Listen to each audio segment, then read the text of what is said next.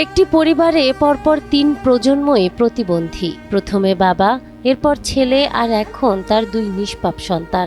এভাবেই বংশ পরম্পরায় এক নির্মম কষ্টের অভিশাপ বয়ে বেড়াচ্ছে কুমিল্লার ১৪ গ্রামের বড়াইয়া গ্রামের এই অসহায় পরিবারটি। একের পর এক বঞ্চনার গল্প যোগ হয়ে যেখানে ভাগ্যটাই যেন থমকে গেছে তাদের। পরিবারের প্রয়াত কর্তা জাহাঙ্গীর হোসেন ছিলেন শারীরিক প্রতিবন্ধী। তার ছেলে সাখাওয়াত হোসেন নয়নও জন্ম থেকেই এই কষ্টের মুখোমুখি। পঙ্গুত্বের কারণে ভারী কোনো কাজ করার শক্তি তার নেই। বাবার রেখে যাওয়া ছোট্ট দোকানে বসে ধীর গতিতে জাল বুনে কোনো মতে টিকে থাকার লড়াই করছেন তিনি। কিন্তু হাত সায় না দেওয়ায় একটি জাল বুনতেই কেটে যায় ১ মাসেরও বেশি সময়। আসলে একটা সংসার ভিতরে একজন মানুষ যদি সুস্থ না থাকে তাহলে ওই সংসারটা আসলে কিভাবে চলে? আমার যে ইনকাম আসলে এই ইনকাম দিয়ে এই সংসারটা আসলে চলতেছে না।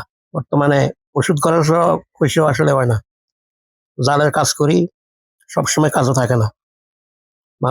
কিছু মানুষের হয়তো দরকার হলে একটু অর্ডার করলে একটা জাল বানাতে অন্তত ১ থেকে ১.৫ মাসের উপরে সময় লাগে।